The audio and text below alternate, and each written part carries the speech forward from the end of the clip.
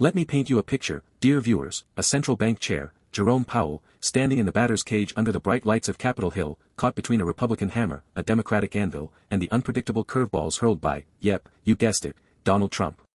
Will Powell pull off a miracle and stabilize an economy that's teetering on the edge, or are we all about to buckle up for another wild economic roller coaster ride? You might think, oh, this is about interest rates, and, sure, that's part of it, but trust me, folks, it's never just the interest rates anymore. Grab your popcorn, we're about to break down the mess, situation, and figure out whether the government has any clue about how to fix the serious recession we've been rolling into. Spoiler alert, with everything that's gone wrong, and I do mean everything, it's unlikely. Picture this, Powell is caught in the middle of the modern gladiatorial arena, Congress. On one side, we have Democrats seeing inflation asterisk as higher than their hopes for re-election asterisk, begging Powell to rein in Trump's tariff madness. On the other hand, Republicans will grill him for not using a nuclear blowtorch to burn Biden-era fiscal madness to the ground. Oh, and just for kicks, Trump is back to heckle from the sidelines. Now, inflation is the keyword du jour, you've heard it everywhere. Powell's trying to hit this 2% sweet spot, but let's face it, recent data shows inflation is stubbornly above that threshold. We're talking a 2.6% rise last year when the target is smaller. Insert irony here about how the Fed misses its own target year after year. You want proof? Take a look at grocery prices. Eggs and butter are draining wallets, and gas prices are looking like they're lifted from some dystopian cyberpunk novel. But hey, don't worry, the Fed's on it, right? Now, the January jobs report showing unemployment ticking down to a very tolerable 4% sounds like good news, unless you realize that inflation and wages still don't match up. People are getting squeezed. You know that feeling, right? It's like working overtime, but your paycheck just covers bills and rent.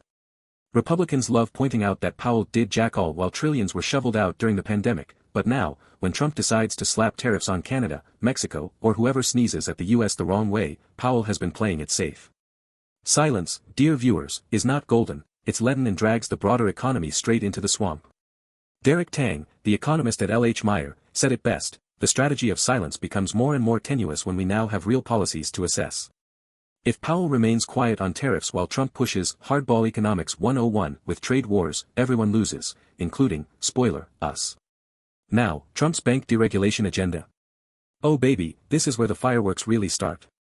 Under his administration 2.0, Trump's putting a blowtorch to banking regulations fostered during the Dodd-Frank days, i.e. the last time we tried to prevent banks from blowing the whole economy again. Thanks, Trump. Remember Michael Barr? Yeah, he's out. He was the vice chair of supervision at the Fed, the banking cop responsible for reining in institutions to avoid another global financial disaster like we saw in 2008. Now the resignation door is open, and here comes Trump, probably looking to install someone who winks at Goldman Sachs and big commercial bank execs across Wall Street. Take note, Travis Hill is Trump's new foot soldier in the FDIC, and folks, let me tell you, this is about to get real cozy for the banks. You can bet your bottom dollar that big-time GOP members like Tim Scott will applaud scaling back compliance costs. Their line. Compliance burdens on small banks are crushing them. But what are small banks, really? The lines blur fast when big money plays small. If you're still with me, let's remember what deregulation brought us. Take a trip down memory lane to the Big Short days. Deregulation equals excess, and excess means, wait for it, banking crises. Whether it's debanking, yeah, that's a term now, apparently, or just rolling back capital reserves at banks, the Fed is again in the crosshairs of Congress.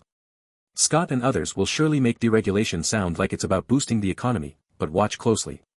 You don't want to be caught holding the toxic asset, trust me. And now, onto one of the stickiest issues of them all, Trump's executive order that put DEI, that's diversity, equity, and inclusion for you keeping track, on the chopping block. You'd think economic growth and fairness wouldn't have to be mutually exclusive, right? But under Trump, there seems to be this knee-jerk reaction, DEI policies gotta go. The Fed itself is scrambling to comply with Trump's DEI ban, scrubbing away web pages as efficiently as a teenager hides text messages from their parents. But here's the kicker, DEI isn't just some woke checklist. It's federal law under the Dodd-Frank Act, which Powell still has to obey. Yet, here we are, Trump wants those initiatives gone, Democrats in Congress are losing their minds, and Powell is smack in the middle again. Maxine Waters, a driving force behind the Dodd-Frank diversity mandates, has already popped up on the radar, calling out this stunt for what it is, a breach of law, not just a bad look. Long story short, expect Powell to get roasted from the left on this, they'll accuse him of bending a little too quickly to Trump's whims. No doubt, they'll want to hear Powell reassert the Fed's independence.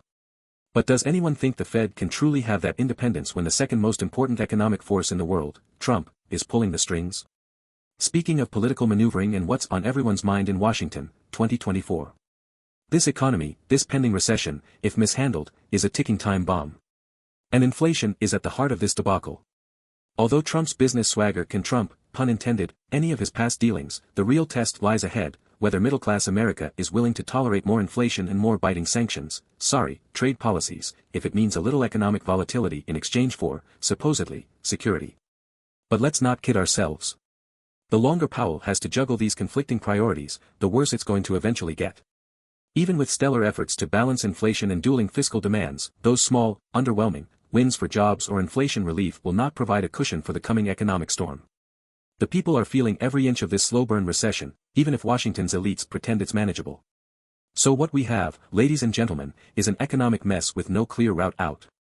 Powell is trying to hold down the Fed's reputation against two sides hurling fireballs at him, Trump's tariffs lighting up trade policy, deregulation unfurling any semblance of control we had over banks, rising compliance costs being weaponized rhetorically while actual recessionary clouds loom.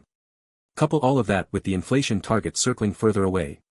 What's this mean practically? It means you are paying the price. Groceries don't just fall off supermarket shelves for cheap forever, and gas doesn't stop magically grinning with each hike. Preparing for 2024. Get ready for fiery political games to pile onto the eco-scramble. Because yes, every day the battle Powell faces gets harder, and as Trump plays power broker once again, the Fed, like the Titanic, is adjusting deck chairs while icebergs drift closer. We're going to keep an eye on this, dear viewers. This week's hearings. Strap in, they'll be fiery, contentious, and will shine a brutal spotlight on how much deeper this economic hole is about to become. Let's hope Powell's up for the challenge, or we might just meet the iceberg in 2024. That's been your Boss Economics World Hot Take. Got fired up by today's dive? I don't blame you. Keep following, we'll be breaking down more of the economic meltdown in the weeks ahead. So, make sure you're ready for the next real talk on why the system can't seem to stop playing with fire.